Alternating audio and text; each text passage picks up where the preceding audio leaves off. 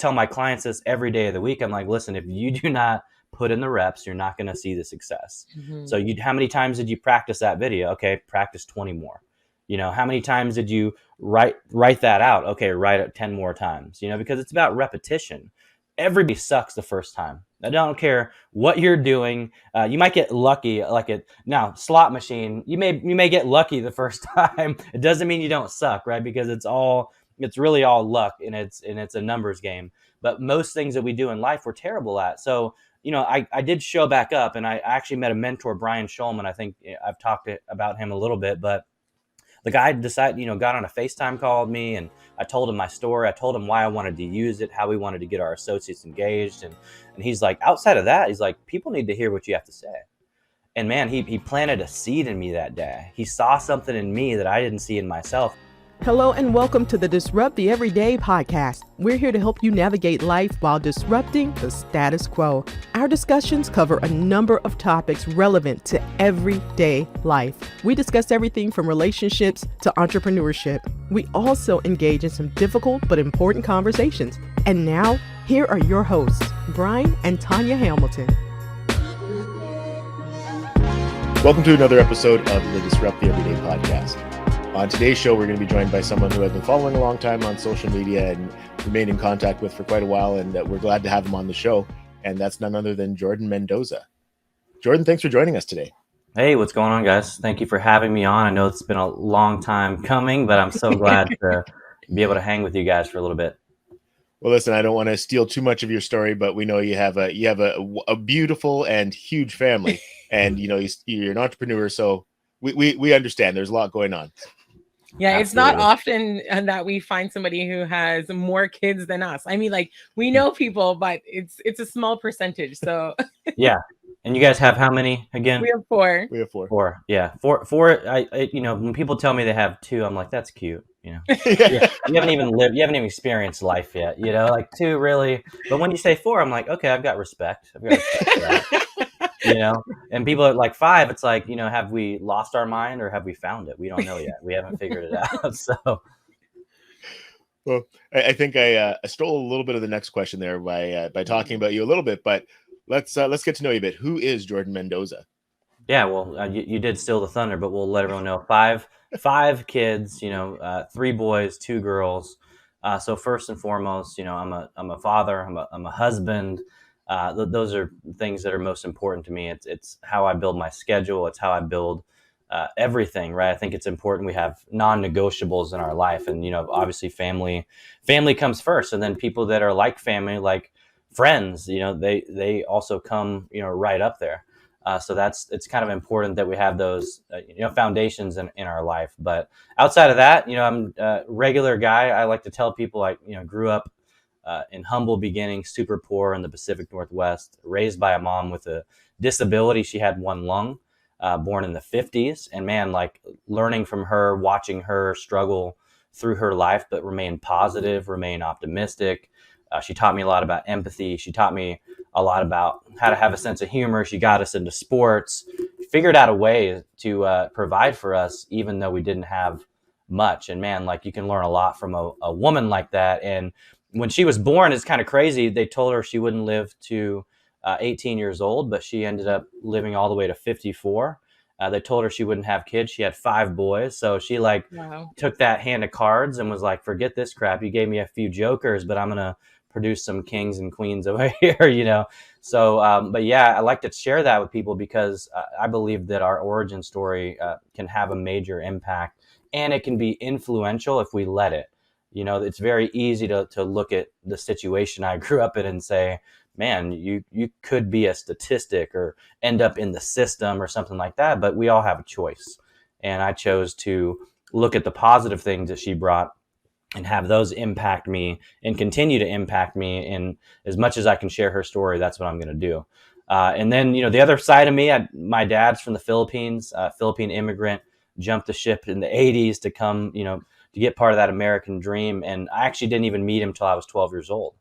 So again, another thing you can look at and say, wow, that's tough. How did you grow up without a father figure? And in fact, my father figure wasn't a figure at all. He was, when I was growing up, he was an alcoholic, he was abusive, there was a lot of that stuff going on, but he's been sober for over 30 years now. And now we've got a great relationship, and I've always been a big believer that, we're all human, we all make mistakes, but I firmly believe that people can change. Mm-hmm. Right. And you can really choose your own path too, because even like what you've explained is, you didn't grow up with a father figure. And I guess you kind of followed your mom's example. You had 5 kids of your own as well. And Yep. obviously you're present in their lives. And like I said, you have a beautiful family. I love seeing the pictures on social media and everything that you guys are doing. It's so cool to see. But the other thing I kind of want to go back to there as well is, again, you're talking about your mother's example and, just everything that you learned from her. If you were to kind of encapsulate that into a couple of points, what are the most important lessons that you learned from your mother's life? Don't be a victim of your circumstances. Like that'd probably be number one, right? I mean, like the lady literally had one lung. Like we all 3 of us have 2. And I'm going to probably guess 99% of people that listen or watch this have 2. So just imagine how easy it would be for her to complain, for her to throw in the towel. I'm not, what, woe is me. And she didn't do that. She remained positive. She had a bright outlook. She was optimistic, and she would figure things out. And man, that scrappiness, that's like it literally embedded into me, because that was that same kid. I was scrappy. It was like if I didn't have, I would go figure out how to get. And you have to be resourceful. And I think that that's a part of human wiring that a lot of people are missing in 2022 is like, what happened if everything was gone? How would you survive? And some people that haven't, dealt with adversity from an early age, one thing happens, they get cut off in traffic and the whole world's coming to an end, or maybe they lose their job, or maybe now they've got to move to another city. Well, I've moved 14 times before 14. So it's like, all right, we're moving, cool. But so those experiences, I think, help shape us. And they really help us, know where we came from so that we have a deeper understanding of where we can go. Mm-hmm. It's so true, because sometimes, I mean, obviously we want the best for our kids. We want our kids to, have a great, safe and healthy childhood, but for them to be able to see when there is a situation and they do have to deal with that adversity, I feel like it builds those characteristics, because 100%. if not, then you have adults, who are walking around and something major comes up and they're like, I don't even know how to deal with this. Right. Yeah. So it definitely is something that, to install at such an early age and just to grow and develop that, because there's way more important things out there sometimes than what people think the worst is. Right. 100%. Yeah. Yeah. It definitely gives you a different perspective for sure. Yeah. Now the kind of the other thing there too is, there's so many directions I could go in. This is the other thing too I love about talking with you. But I'm going to circle back to what you just said about family earlier on and how you build your life around your family, which is kind of the same principle that I love as well. Now, a lot of people probably listening are, trying to figure out how you're able to do that. I know when we first met, when we first had a conversation a couple of years back, you were in a really nice corporate position. Seemed like everything was going well. You're running your podcast. I think it was you were wrapping up season 2, going into season 3 at that point. You're, killing it on that front. What made you leave the comfort of that and launch into entrepreneurship? Yeah, well, I think it was probably, 4 years in the making, so I got a goal back in 2019. We were down in Orlando. I was with my boss, and man, in 2019, I was like, I'm retiring here. I'm going to be next, go from training manager. I'm going to be a VP, I'm going to elevate in this career. And so I got this goal, and my boss was like, hey, we really need to get our associates engaged on social media. And so I need you to research all the platforms. And so I was checking out Snapchat. I was like, is there any way that we can teach them stuff here? I was on Twitter. I was on Facebook. And then I kind of stumbled back on LinkedIn. Of course, I used it just like most people watching or listening to this. You go when you want to look cool because you got a new job or you want to update your resume. Like that was kind of how LinkedIn was, right? It was a place to kind of show off or look for another job. And I used it just for that. But I would also sprinkle in some positive quotes, things that inspired me. I would share it out. And so I was kind of building a little audience then. And so April came around, and I remember my first video, because video just released. It was literally saying, does anyone out there do social media marketing or know how to engage associates on social media? And you fast forward 3 years later, my agency helps with social media growth. It's just funny how literally in one question that I asked, I'm now the one answering that question for a lot of people. But I remember that one particular video, and I just shared this off air here, but it literally had 5 views, and they were all me because I kept going back and rewatching it. I was like, is anybody watching this? Because I had imposter syndrome like crazy. I was like, it took me probably 13 takes to even, post it because I was so nervous. I was like, who's going to watch this? I look stupid. I sound stupid. It was all the things that we go through before we start becoming comfortable with anything. And I tell my clients this every day of the week. I'm like, listen, if you do not put in the reps, you're not going to see the success. Mm-hmm. So how many times did you practice that video? Okay, practice 20 more. How many times did you write that out? Okay, write it 10 more times, because it's about repetition. Everybody sucks the first time. I don't care what you're doing. You might get lucky, now slot machine. You may get lucky the first time. It doesn't mean you don't suck, right? Because it's really all luck, and it's a numbers game. But most things that we do in life, we're terrible at. So I did show back up, and I actually met a mentor, Brian Schulman. I think I've talked about him a little bit, but the guy decided, got on a FaceTime call with me, and I told him my story. I told him why I wanted to use it, how we wanted to get our associates engaged. And he's like, outside of that, he's like, people need to hear what you have to say. And man, he planted a seed in me that day. He saw something in me that I didn't see in myself. And he even said, you're going to have a bigger brand than me one day. And I remember the day it happened when, I think I hit 50,000 followers and he was at 40 on LinkedIn. I remember texting him and I was like, how did you know? How did you know that was going to happen? He's like, you have it in you, and we need people like that. Like, we need people that see things in us, especially when we don't see it in ourselves. And man, he really sparked a blaze inside of me, because on January 1st of 20, I decided to launch the Blaze Your Own Trail podcast. And man, like, having that show in that first year, meeting incredible people way cooler than me from all around the world that were trailblazers and learning from their journeys. By the time, the end of 2020 was around, those thoughts were circling in my head. Like, maybe there's something else I can do. Yeah. And the podcast, well, the podcast is how I found you in the first place. Just, on LinkedIn, reached out to you. Luckily I was able to connect with you before you hit that 30,000 threshold where people can't connect with you anymore. Yeah. But I guess the question I'll ask you is, in terms of how you built that audience, and without stealing too much of what you do in your business, how do you teach people to build that audience on social media that's that engaged, where you kind of have that community around the brand? Yeah, well, it all starts with foundations. I tell this to my clients. If anyone that watches this that works with me, they're like, "Oh, here he goes again. He's talking about foundations again." But like, think about a house, right? When you look at around anywhere. I don't care what state, what country you're in. There's cranes. There's construction happening. Like, the world right now is thriving, but we want to talk about inflation. Like, the world is thriving right now, and there's so much construction being built. Well, just imagine all these homes, right? Like, we have down the street, building this new neighborhood. It's probably 40 acres of $500,000 homes. Now, just imagine if the people that were doing the construction on these homes jacked up the foundation. Maybe there was like holes, like spots in the concrete. Maybe the framing wasn't right. Maybe they woke up and everyone was grumpy that day. In 10 years' time, what do we think those houses are going to look like? Or do we think that there might be things or tweaks or repairs that have to happen? And the answer every time is 1,000% yes. And so what I teach my clients to do is to start with a firm foundation. And it doesn't matter what platform you're on, but since we're talking about LinkedIn, that firm foundation is your profile.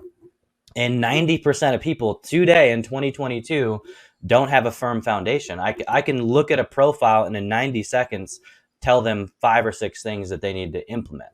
And so once you get that stuff dialed in and your foundation's right, then you can start on content, right? Because if they found your profile and they read that and it wasn't dialed in, for one, the algorithm's not going to show it to as many people as they could. So you're not going to get as much visibility. But for two, most people make the mistake in their about summary. It looks like a resume. So they copy their resume, they paste it in their about summary, and they're like, I'm so awesome, I've got all this degrees and crap, but no one cares. Like who cares about that? And guess where that belongs? It belongs down in the experience section, because that's your experience. The about summary is about you. It's about like, who the heck are you? Why should I be reading further? And man, did I get to know you on a personal level? And so that's what I'm teaching people how to do. But it's not just the about summary. It's your picture. Does your picture look like you, or does it look like you in 2019 when you wear a suit every day?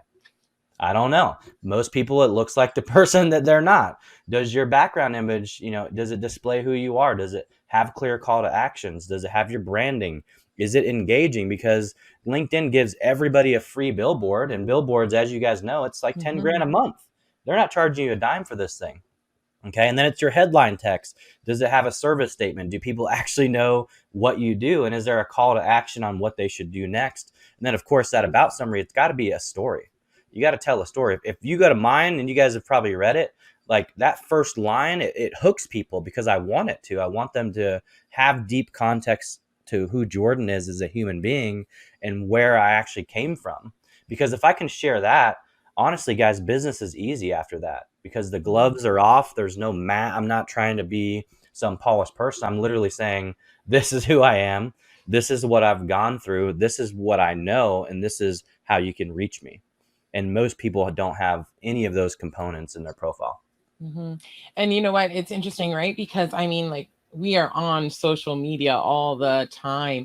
And I find, and especially even now, like doing the podcast and our businesses, I'm not even always on my personal one, but even that, you get like so exhausted of the scroll and stuff like that. Yeah. And guess what people aren't doing? We're not going to stop if it's anything that that's the regular, right? 100%. So obviously it makes so much sense as to do that, get that captivating intro, and just make it about you. And I think people crave now, especially coming out of this pandemic, just truth and realness, because we're still not seeing everybody face to face in person. So we need to do the next best thing, right? And that's just putting yourself out there as real as you can be. 100%. And listen, I always tell my clients, I'm like, don't share anything you don't want to. Like, this has to be true to you. It has to be what you're comfortable sharing. And most people, once they hear that, they're like, no, people need to hear this. I'm like, they absolutely do need to hear this. I mean, I have some clients with these incredible stories, like getting held up at gunpoint, like getting lost in Iran. Like, there's these things, and it's like, how many people have you told that to? Like, I want that. I want to know that stuff, because that makes me feel more connected. I'm like, wow, like you've gone through something, you've been through adversity, and I want to know about it. And most people are so afraid that people are going to judge them. But it's like, if they can't relate to that and see that you're a human being, then they've got some bigger issues. Yeah, and I think that kind of goes back to what you said about Brian Schulman, and how some of those, he had to see something in you that you didn't necessarily see in yourself. It's really easy to kind of underestimate what you've accomplished because it's normal to you, right? Like when you kind of look at your backstory and some of the things that you've been through, again, until you started telling your story on these different platforms, these are probably things that you just didn't really think were a big deal. Like, am I correct in that?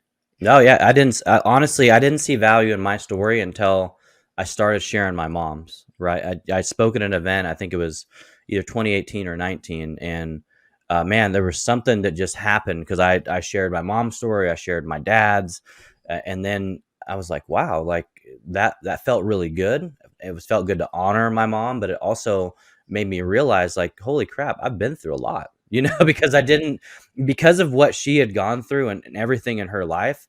I didn't feel like my story had value, if that makes sense, because it was like, man, like how my mom experienced all this stuff. And then as I started kind of going back, I'm like, well, man, you got stung by 53 bees in 4th grade. I don't know many people that's happened to. Like, maybe you should start talking about that, because that sucked. And it's adversity, and people can relate. Everyone remembers 4th grade, right? So started telling that story, and then was like, wow, you were racially profiled, beaten, and falsely arrested at 12. Like, how many people have gone through that? I don't know, and lived to tell about it, right? Because there's a lot of things that could go wrong.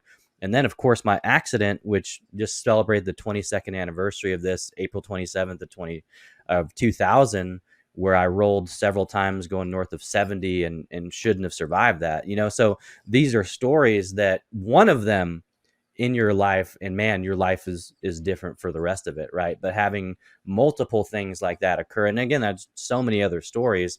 It's like, I know I'm here for a higher purpose. I know my story's not over, and so it really inspired me to start sharing it with people. Mm-hmm. And you know what, too, with that, it's, people can say it, oh, you have a story, and you think, well, like the person beside me has way more to share. But then when you stop and realize, you know what, I'm not for that audience. I'm for Yeah. these people, right? Yeah. And it's what you have will benefit these people. Maybe not everybody else, but we're not for everybody, right? Yeah. So I think it's important to realize that. And when people take the time to speak that into your life and say that, we can't just let it be like, thanks for sharing. We really Yep. do have to grasp it. And I think in society, it's like, well, I don't want to be cocky. I don't want to walk around thinking, but it's not that. And I think it comes from a different view, right? Like, Yeah, that's right. people will realize you're not trying to be cocky or trying to say that you have it all or have done it all. When it's genuine, people can tell. 100%. Yeah. Yeah, no, and just kind of speaking to that as well, like you've done some things that are a little bit, I guess, more unconventional, especially in terms of like LinkedIn. Yep. You do the breakdancing videos. Yeah, can you share what's kind of the motivation behind doing some of those things that maybe other people aren't doing on social media? Yeah, it's humanizing social media. There's, again, so many people they have opinions, but they're not really sharing their truth. And for me, like breakdancing, like think about that car accident. I was literally told I might not be able to walk. I mean, I had 52 staples between two legs, a 12-inch cut on my right leg, an 8-inch cut on my left, 52 staples, surgical staples, and I made a recovery in 6 months. It's crazy, right? But I thought I wouldn't breakdance again. So you better believe I'm going to post freaking breakdancing videos. You know what I'm saying? And if you have a problem with it, maybe you should reach out and say, why do you post these? And I'll tell you, because I was told I wouldn't walk again. And now I can run, I can jump, I can do all of it. And so if it would actually be a disservice to the world by showing people, hey, I overcame this. I've gone through this. You didn't go through any of that, so start breakdancing. Like, start doing something that and again, breakdancing's a metaphor, right? Like, what maybe you used to sing, but someone hurt your feelings, and now you don't sing anymore except for in the shower. Like, freaking sing! Like, let people see that talent and that gift. So that's really what I'm trying to share with people, and it's fun going through the comments because people are like, "Man, I used to do that. It would be so," and I'm like, used to, like, get up, like, let's go do this, And so I'm trying to encourage people, inspire people that we all have gifts and talents and abilities. And I'm just at a point at 41 where I'm like, forget the crap. Like, I'm going to start sharing more of that stuff. Like, you might see me singing, you might see me do impressions, you might see me sharing some of the Simpsons characters I draw for my 5-year-old, because I have this Simpsons poster over here with every character. And he's like, Dad, draw me a character. And so I draw by sight. I can't draw. If you told me to draw something, I couldn't do it. But if you show me a picture, I can draw it identically. It's really weird. So I draw these Simpsons characters, and then he goes and looks at them and then colors them. And it's so cool because now he's gotten this collection of these characters, and he's like, Dad, can I put these on my wall? And it just makes me proud that he likes it. He enjoys it. But again, like, we all have talents and abilities. I guarantee you guys have some that no one knows about because you don't place a value on it. But I'm here to tell you, like, share it. People want to see it, and you're going to get feedback right away. I did one on TikTok where I jumped in an open verse challenge. Like, I used to freestyle rap in high school. I've never literally lost a battle.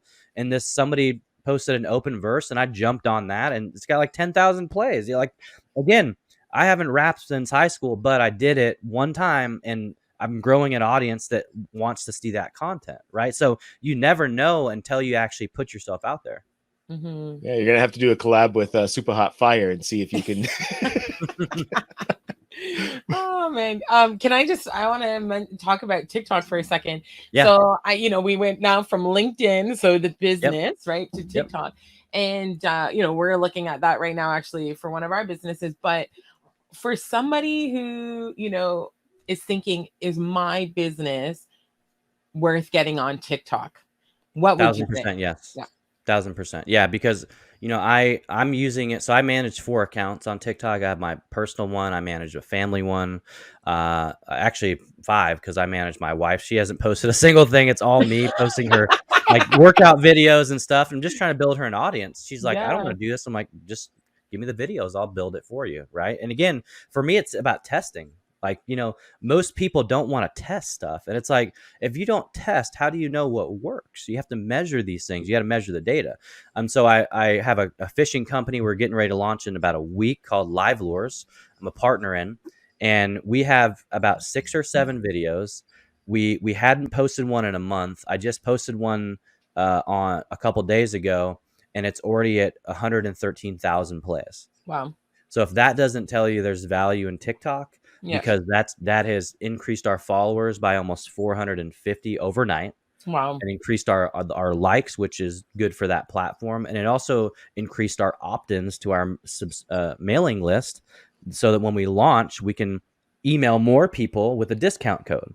Right. So again, think about it. Like, everything I do on social is strategy. Breakdancing, there's strategy behind it. And you guys kind of heard my strategy for that. Yeah, on TikTok, if I'm going to freestyle rap, it's strategy. I want people to see who I am. I'm a real human. I'm not just the business guy, because everyone sees the business guy normally. So I'm trying to shake it up a little bit and remind them, hey, I'm also just a human like you are. Does that make sense? So everything I do, it's all about strategy. And when it comes to TikTok, I'll probably create more accounts, because again, if I look at each account as an asset for its own purpose. So I haven't done a separate podcast account. So that's probably the next one that I'll create, and I'll build an audience there, and I'll use it to leverage and monetize. And again, I now have the context. I shared offline. I invested in a coach. I think it's so important that we invest in ourselves. Because if we don't invest in us, who else is going to? Like, no one's going to be like, man, I would love to just invest in you. Like, no one's going to do that, right? So we have to make that decision to invest in us so that we can accelerate our growth in that area. And so I hired a coach. I now know how to optimize my bio, which I've used for all the other accounts that I have. I know now how to create good content, how to write a good hook. I know, what comments to be put in. I know that I've got to pin my first. So there's all these little strategies, right? And there's about 11 things that I do before I hit post that aren't seen, that are on the back end before you actually get to that point. But again, most people are, just kind of doing the spray and pray method, where they're just tossing stuff out and they're like, man, like nothing's working. Well, guess what, guys? You don't have a strategy. And so that's really what I'm all about, whether it's TikTok, Instagram, LinkedIn, Facebook groups, you name it. You have to have a strategy for what you're doing. And most people in 2022, they don't have one. And so I feel bad, because I'm like, man, I want to help everybody. But of course, as you know, there's not enough time in the day. There's not enough, resources for you to be able to help people. But that's why I have a private group on Facebook where I'm doing free training. I'm trying to like help as many people as I can, but it's hard, and you want to help, is like, that's just have a heart to serve and help, but you just can't help everyone. Because here's the truth, guys, this. People are going to watch this, they're going to listen to this, and be like, man, like, yeah, that's great for Jordan. Like, it's cool that Jordan can do that, but yeah, that's definitely not me, right? Like, people are going to do that. And what I say to those people is, you just have to take action. Like, that first step will start to create that momentum that you need to actually start to get consistent enough to put in the reps so that you can see the results. Most people don't get to that kind of third step. They're like, oh, that'd be great for them. And then it just kind of dies right there. Yeah. The other thing I want to kind of talk about is the podcast. Now, my experience was I sat on the idea for my first podcast for a year and a half before I took any action on it. Now, again, you've kind of shown us you're a guy that's willing to try different things. And, compared to what you're doing now, kind of the podcast was kind of just dipping your toe in the water. But what was it that, what was the inspiration behind actually starting that, and what kind of got you over the edge of from an idea to the actual podcast itself? Yeah. So I think that my first one failed, and a lot of people don't even know that I even had one, because no one heard it. The only person that listened to it was probably me. I uploaded 2 episodes. I didn't have clarity. I didn't know my why. I didn't know anything. And that's a good lesson, hopefully, for someone that's going to hear this, because you got to have clarity. You have to have a purpose. You have to have a why. You have to have a meaning for your show. You have to have all those things, again, foundational things dialed in before you go. And so once I got clear, and I realized my other one failed like in May of 2019. So by the time, November of 2019 rolled around, I think I had probably 17 or 18,000 followers on LinkedIn, and people were enjoying my content. And I was like, well, if they're enjoying the stuff I'm talking about, I can talk about this on the podcast. And it just gives me an opportunity to grow an audience outside of LinkedIn, if that makes sense. And so I knew that I wanted to interview trailblazers, and my hometown team in Portland, Oregon, where I grew up, was the Portland Trailblazers. So I was able to really find the name Blaze Your Own Trail and kind of have it be a dual purpose. My favorite sports team and my love for people that have blazed their own trail. People like Rosa Parks, people like Lewis and Clark, these people that just kind of went against the grain and were innovative and they're disruptors. I've always loved that. And that's really the type of person that I am as well. So once I had that name down, once I had the why, I wanted to interview people and find out their journey to success, but not just today. I wanted to literally rewind and learn about their origin story and then work our way back to today. And so it's less about me, more about the journey, and less about who they are now, if that makes sense. But of course, they get to plug their stuff at the end and what they're up to. But the whole goal was to enable people from around the world to be a fly on the wall and learn how people get there. And the most common denominator is lots of failure. Lots of mistakes, right? Adversities, loss. It's literally all those things that nobody sees. Like, we don't see that stuff. Like, people don't see the fact that I just buried a business partner, a mentor, and a friend yesterday. But I'm comfortable talking about that because he's inspired me even more. I'm so much more fired up to go impact people because he's no longer here. But these are the things that are happening, guys. These are the things that are part of life and are part of business. And when we can actually normalize them, I think the world's going to be in a better place. Yeah. And I love talking about the journey because people see where somebody is now and they're like, oh gosh, I don't even know how I would get there. Yeah. And we were in a call the other day and we were sharing our story. And, at the end, I was like, I've been in that position where, I've listened to somebody and I'm like, oh man, how am I ever going to get there? Like, this person sounds like all is well in the world. And just a reminder that, there was a journey and a lot of failures, a lot of success, a lot of everything in between. But us talking today isn't everything. Right. 100%. And I think that's what people need to realize. There is that journey. And so that's why I love that part that you focus on. And it just makes it real for people. And it almost gives them that chance to be like, okay, it is something I could do. I can start where I am. And you have goals. And I think people are always thinking let's get to where we need to go in 2 months. That's right. Probably not going to be that fast, Yeah. So I think focusing on that is great. Yeah. I think it's like that famous picture of the iceberg where it shows at the bottom of the iceberg is the failure and everything that went into it. And I guess it's really showing the rest of the iceberg. Yeah. I tell my clients, there's, they're probably annoyed with all the things that I tell them, but I say the same thing. I'm like a broken record. It's like progress over perfection. Yeah. Messy action is better than no action. Done is better than good, right? So it's all these things, but it's showing them that that's where you have the wins, right? Yeah. It's in the, wow, definitely don't want to do that again. I know what that feels like. Okay, we're going to tweak. We got to pivot. But most people, again, they're building this thing. I also say sell it before you build it. And people are always like, well, how can you do that? I'm like, well, have you gotten feedback? Do you know that the marketplace is ready for this? Who is willing to buy this thing? So if you just imagine you spend time and money and energy and effort building a course and then no one buys it. It's like, you just wasted all that. So how about you sell the course, you get feedback on the template of the course, and then based on that, you build it, right? Because now you've sold it and you got a concept, it's ready, and then you go and actually build the dang thing, and then you get it ready for the marketplace. And so too many people, like you said, are just kind of spinning their wheels and they're like, well, the time's not right. The weather's not right. It's never going to be right, guys. Exactly. Just like with kids, it's like, you're never going to be ready to have kids. You're still not ready. Even when you have the dang kids, you still are figuring things out. And I tell my kids that all the time. I'm like, listen, dad is not perfect. I'm still growing. Yeah. I'm still trying to figure out exactly who I want to be when I grow up. You know what I'm saying? And it's comforting, I think, for them to hear that. And I got to speak to the high school entrepreneurship class recently. And it was so much fun because they got to see that I was like, listen, guys, there's nothing, there's nothing cool about me. The difference between me and you is time. That's it. And so if you guys are 17, 16, 18 years old and you're in an entrepreneurship class, and literally all of them guys, they have a business. I'm like, you are 7,000% ahead of where I was at your age. So if you can tap into this passion and this joy and just screw up for the next 20 years, you're going to be fine. Yeah. Wow. So I actually wanted to go back to the investing in yourself. So I'm thinking for people who are starting something off, you know, that famous question is, when do I invest in my brand, myself?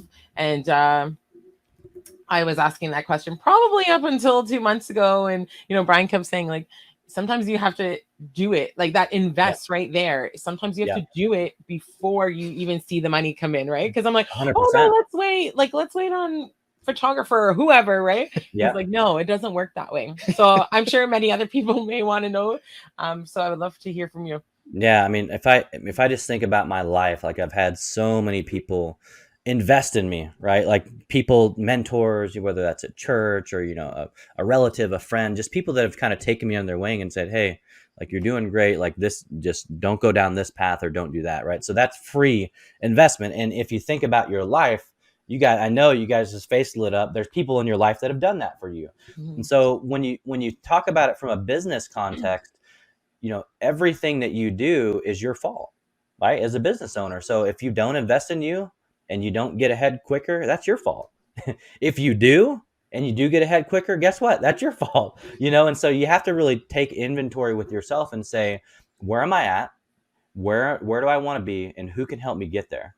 And when you can ask yourself those three questions and then go try to find that right person. And I always tell people, like don't be hasty and just be like the first person you talk to, like make that decision, like think about it. For me, I pray about it, talk to my wife about it. I mean, there's people in my corner that I want to make sure I am making a right decision. So it's not about being hasty, but it is about taking action.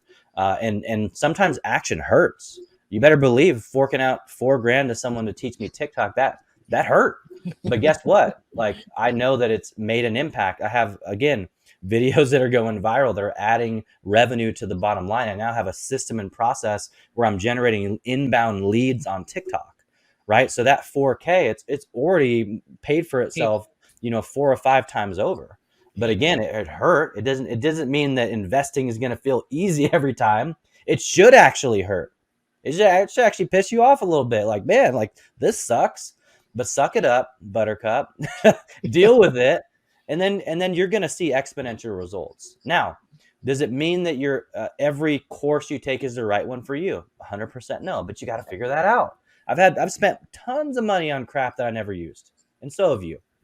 And if you're looking at me like, oh no, I haven't, you're wrong. You're lying.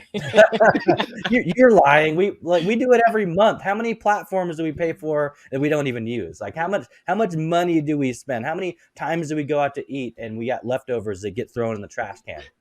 You know what I'm saying? So we all do it. Like, let's just be real with ourselves. But if you don't invest in you, nobody is going to. Yeah, so true. Thanks for the reminder. Now, another thing, I kind of want to circle back to a podcast question, because this is one that I've gotten myself, and I don't have a good answer for it because I kind of stumbled into it. Sure. But someone who's hosting a podcast, how do you land your first sponsor? Yeah. So I'm a disruptor, man. So like I saw what CPM was and I was like, crappy payment model. Okay, I'm not doing this crap. I'm not like, I don't even agree with this. Like, you're gonna pay me what to get 1,000? Like, seriously? So I'm a disruptor, right? Just we're talking about disrupting the everyday. So I built myself a dang deck and I just made up my prices and I started selling it. I started texting people, hey, do you want to sponsor an episode? How much is it? It's $250. That sounds great. I'm like, oh, wow, I need to up this. Like, they're saying yes, way too easy. So again, what does that show you? I'm testing, folks. I built my own thing. It had my logo. I just did it in Canva. It took me like 3 minutes. And that thing landed me last year 3 $10,000 sponsors. Wow. But guess what? You're never going to get what you don't ask for. Lesson number 1. And you're never going to get traction if you don't take action. So build it. It might look stupid to you, but guess what? If you can sell it, Like, because here's the thing. No one's investing 10 grand in the show. They're investing it in Jordan. Right. Because they know my ability to market. They know that I'm going to promote them like crazy. Does that make sense? And it's the same thing. It doesn't matter what you're selling, guys. People are buying you. You know, these contracts that I'm landing, they're not buying my services. The services are great, but they want to work with you. They like you and they want to be around you. And what you have and what your skill set is, honestly, it's just a bonus. Because I don't think you can sell anything to somebody that doesn't like you. It's just like, man, I hate you, but yeah, I'm gonna buy. Like, I've never heard that before. I've literally never heard that. Have you guys heard that? Like, someone's like, man, like, you're just a dick, but like, I think I'm gonna buy from you today. You're a jerk, but I want to. Like, nobody wants to buy from someone like that. So 90% of it, guys, is because of you. Yeah. Well, and that makes so much sense, right? Because there's like overflow of every every line service. there you go. Yeah, That's 100%. like so much. So it comes down, and guess what? There's going to be a ton of people who have the same experience too, right? 100%. But it's, what do you bring? Do they feel comfortable with you coming into their home if you're a plumber? If they don't, but you still do a good job, I'm not leaving you here while I'm gone for the day. You know what I mean? 100%. So Yeah. all that kind of stuff. Yeah. And you know how that feels, right? Right, Tanya? You know that feeling that you get. For So for sure. me, like, I get the feeling sometimes when I'm on a discovery call where I'm like, don't want to work with that person. And that's okay. Yeah. And they may be thinking the same thing, or maybe they do, but like, I don't want to work with anyone that I don't feel comfortable with. And to your point, right? I think it's you have to have a synergy. You got to have that energy level. You've got to have that camaraderie, but also they have to be willing to listen to you. Because if you're not coachable, folks, like, it doesn't matter how much you pay or how many coaches you hire. If you're not actually going to hold yourself accountable and do the work, it doesn't really matter, but that relationship piece is so important. And I've had to turn clients away. And I've also learned the hard way where I sucked it up and I was like, well, I got to pay the bills. And I had clients on that I absolutely hated. And I finally got the guts to end it. And that's the biggest advice I would give you is if it doesn't feel right, and it's about the money, like, still don't do it, because the money is going to come, guys. Like, you're going to find another client, but having a client that drains you and needs way more access than you're willing to give, I've been there and done it, and I'm not going to do it again. Yeah. Well, so just speaking of advice, your business was 4 years in the making, you said. Now, if you could just go back in time and have a half-hour meeting with Jordan Mendoza at day one of those 4 years, what's the advice you would give yourself? So the me today, the advice 4 years ago, oh man, it would be double down on social. That's exactly what it would have been, because I could have, in hindsight, I feel like I took the brakes off, and it was probably for a good reason. I corporate started kind of getting in my ear, like, hey, we're seeing your face on LinkedIn a lot, those type. And so I had months where I kind of was like, I would not post, right? Because I let them get in my head, even though I was doing it in the morning before I went to work and after work. Like, that's how I built my audience originally. I let them get in my head and saying, like, why are you posting videos? Like, this is not what you're doing. And I'm like, man, like, my content it's valuable. Like, that's the goal. It's not, my content isn't there to bore somebody or keep them, take their attention away. It's literally either motivational, inspirational, actionable advice, sharing a podcast clip. It's all things that add value to people, because I feel like if we're not adding value, we're taking it away. And so every piece of content that I put out, my goal is to add value to at least one person. Like Brian Schulman taught me, he said, just try to inspire one person a day. Take the pressure off yourself. We're so worried about trying to make everybody like us. Just find one. Because if you can find one and that one can inspire one, I mean, the math, the multiplication is just beautiful. Yeah, it's that whole compound effect. 100%. Now, okay, so obviously you're good at what you do. I've been on LinkedIn for a long time. I've had a lot of success on there. And as you were just sharing a few things, I'm thinking, yeah, there's some things there's definitely a few things I need to update on there. So if we want to learn LinkedIn or any of the other social media, anything that you're teaching, what is the best way to find Jordan Mendoza, and not the comedian, but you? Yeah, you will find that guy. Him and I are battling for Google ranks. And actually, I'm making some headway. I don't know if you noticed that from like 2020, but my name's like, it's getting up there in There the you go. ranks. So if people want to work with me, I mean, there's a few different ways. I know you guys are going to link all the best ways to reach me. For sure. Matter of fact, I think the easiest way is just send me an email. Jordan at blazeyourowntrailconsulting.com. That's probably the easiest way. That way we can hop on a call and we'll see if you're a good fit. Cause like I said, I don't want to work with everybody. I'm sure you wouldn't want to work with everybody as well, but I want to make sure that we're a good fit. I want to find out goals. Like that's what's important to me is like, why are you doing this? Like, why do you want to, increase your followers or your audience or your visibility? What's your end goal? Because once I can understand that stuff, I can kind of look at everything that you're doing, see if I can fill the gaps. And if we're a good fit, then we talk about the business side of things. But I think it's, too many people are trying to sell everybody. And in my opinion, it's not the right way to do business because you might get sales, but you're going to get people that aren't getting results. And like, that's why it's so important to me to work with the right people because I know the results I can give them. But if they're not willing to invest the time and energy and effort and they're not bought in like I am, they're not going to get the results. And I don't want to diminish my efforts or my brand or my name because someone else didn't take action. So if you want to work with me, send me an email. You follow me on social, on Twitter, TikTok, and Instagram. It's at Jordan J. Mendoza. Of course, you can find me on LinkedIn. And then also check out the show, Blaze Your Own Trail podcast. Our website is byotpodcast.com.